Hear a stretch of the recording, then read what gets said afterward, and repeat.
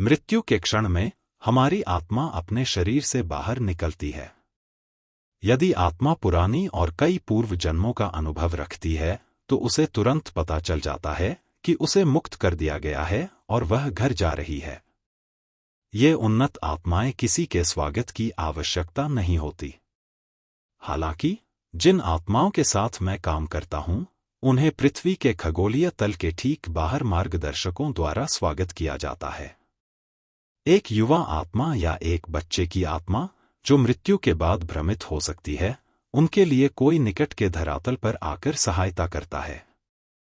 कुछ आत्माएं अपनी मृत्यु के स्थल पर कुछ समय के लिए रहना चुनती हैं, लेकिन अधिकांश तुरंत छोड़ना चाहती हैं। आत्मा संसार में समय का कोई अर्थ नहीं होता। वे आत्माएं जो किसी दुखी व्यक्ति को सांत्वना देना चाहती हैं या जो अपनी मृत्यु के स्थान के पास रहना चाहती हैं, उन्हें समय का कोई बोध नहीं होता।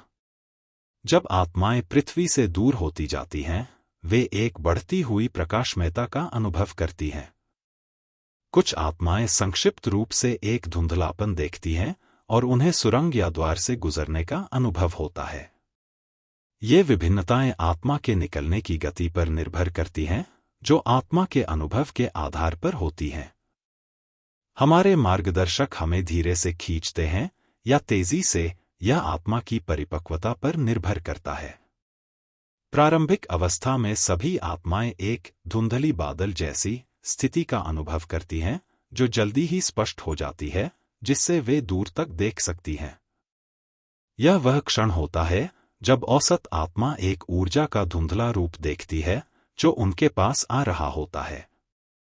यह एक प्रिय आत्मीय साथी हो सकता है, लेकिन अक्सर यह हमारा मार्गदर्शक होता है। कई बार यह हमारे जीवनसाथी या मित्र होते हैं जिन्होंने पहले ही देह त्याग दी होती है। फिर भी हमारे मार्गदर्शक भी पास होते हैं ताकि वे संक्रमण प्रक्रिया को संभाल सकें।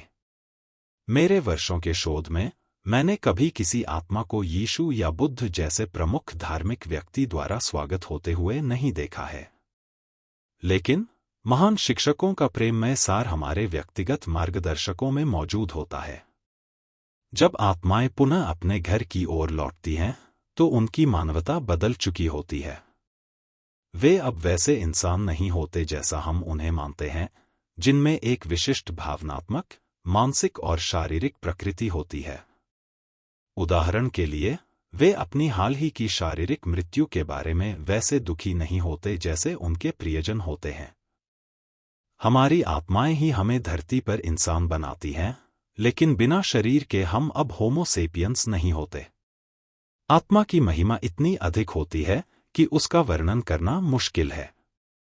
मृत्यु के तुरंत बाद आत्माएं खुद को अलग महसूस करती हैं, क्योंकि अब वे अस्थायी शरीर और मस्तिष्क की बाधाओं से मुक्त होती हैं। कुछ आत्माओं को इसके अनुकूल होने में अधिक समय लगता है। आत्मा की ऊर्जा एक होलोग्राम की तरह विभाजित हो सकती है, जिससे वह एक साथ कई जीवन जी सकती है, हालांकि यह सामान्य रूप से नहीं होता। लेकिन क्योंकि सभी आत्माओं में यह दोहरी क्षमता होती है, हमारी ऊर्जा का एक हिस्सा हमेशा आत्मा संसार में पीछे रह जाता है। जब आत्माएं अपने समूह से जुड़ने से पहले अपने मार्गदर्शकों के साथ ओरिएंटेशन अवधि में होती हैं, यह एक शांत समय होता है जहां वे अपने जीवन के अनुबंध से संबंधित किसी भी निराशा को व्यक्त कर सकती हैं। विशेष कर्मिक मुद्दों की भी समीक्षा की जाती है, हालांकि बाद में उन्हें अधिक विस्तार से आत्मा समूह में चर्चा की जाती है।